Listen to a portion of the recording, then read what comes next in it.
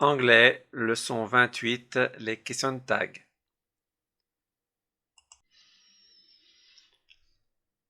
Les questions de tags, donc c'est un grand classique de la grammaire anglaise.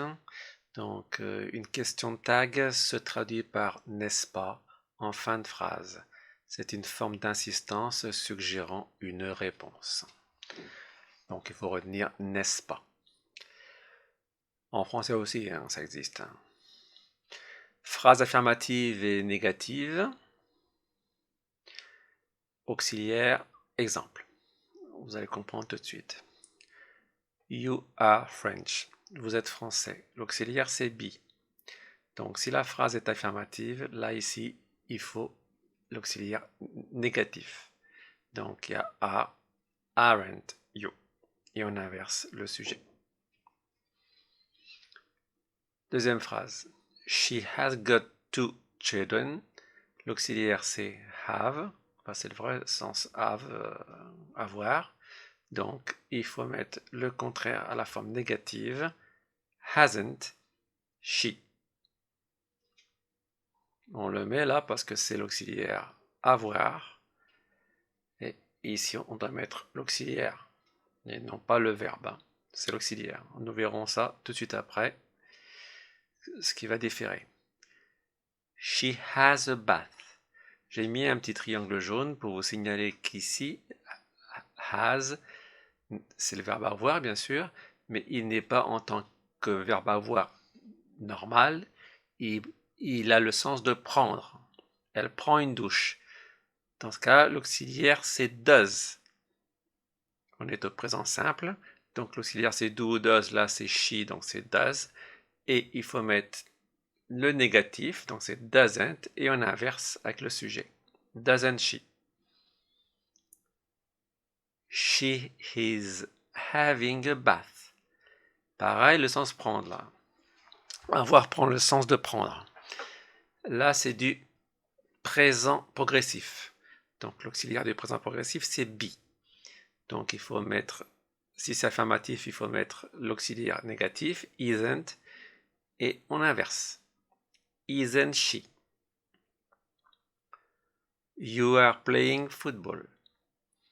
Là, on est au présent progressif encore. L'auxiliaire, c'est bien be. Donc, on met be au négatif, aren't, et on inverse avec le sujet you. Là, on part d'une phrase négative. You aren't French. Vous n'êtes pas français.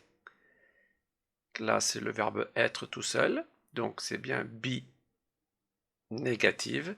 Donc là, il faut le mettre au contraire. C'est are. Puisque là, il y a aren't. Donc, on met are. On met be affirmatif. Et on inverse toujours. They live in Paris. Donc, live, là, il est au présent simple. Donc, le présent simple auxiliaire, c'est do.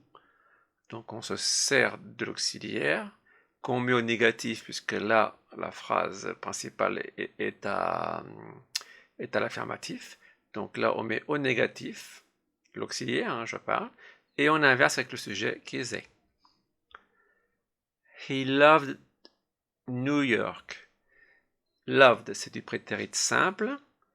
Donc l'auxiliaire du prétérit simple, c'est did. Donc là, c'est une phrase affirmative, donc on met l'auxiliaire négatif, le contraire. Et on inverse. Donc là, cet exercice-là est très bien pour se rappeler des auxiliaires. He didn't like chocolate.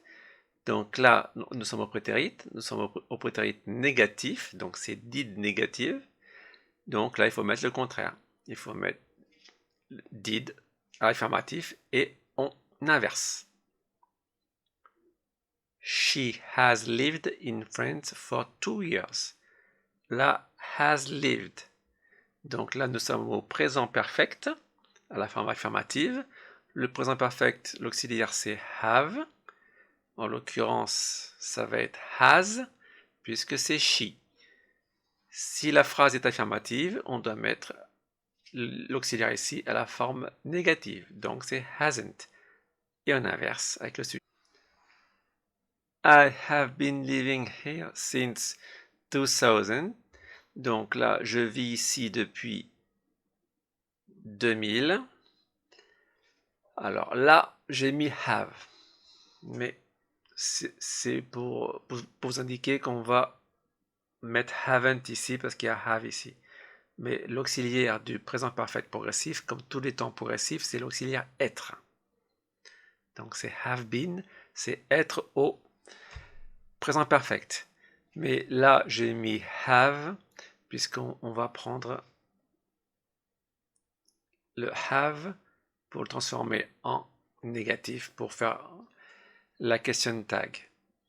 Mais l'auxiliaire du présent perfect progressif, c'est bien être. Être au présent perfect. Un cas un peu compliqué. I will go to France. Donc là, nous sommes au futur. L'auxiliaire, il n'y a pas de problème, c'est will. Donc s'il y a will là, donc on met le négatif, c'est won't. Et on inverse. She's going to become a doctor. Donc elle va devenir un docteur ou docteur. Donc là, c'est to be going to. L'auxiliaire, c'est bien is. Donc c'est be. S'il y a is là, il faut mettre isn't she. Isn't ici et on inverse. You would like to be a singer. Tu aimerais être un chanteur. Donc là, l'auxiliaire, c'est would. Nous sommes au conditionnel, il n'y a pas de problème. S'il y a would là, il y a wouldn't ici. Et on inverse. Avec un modal, you can do it. Là, c'est can, pas de problème. S'il y a can ici, donc il faut mettre au contraire can't. Et on inverse. Pareil pour she must stop smoking. Donc must, c'est devoir.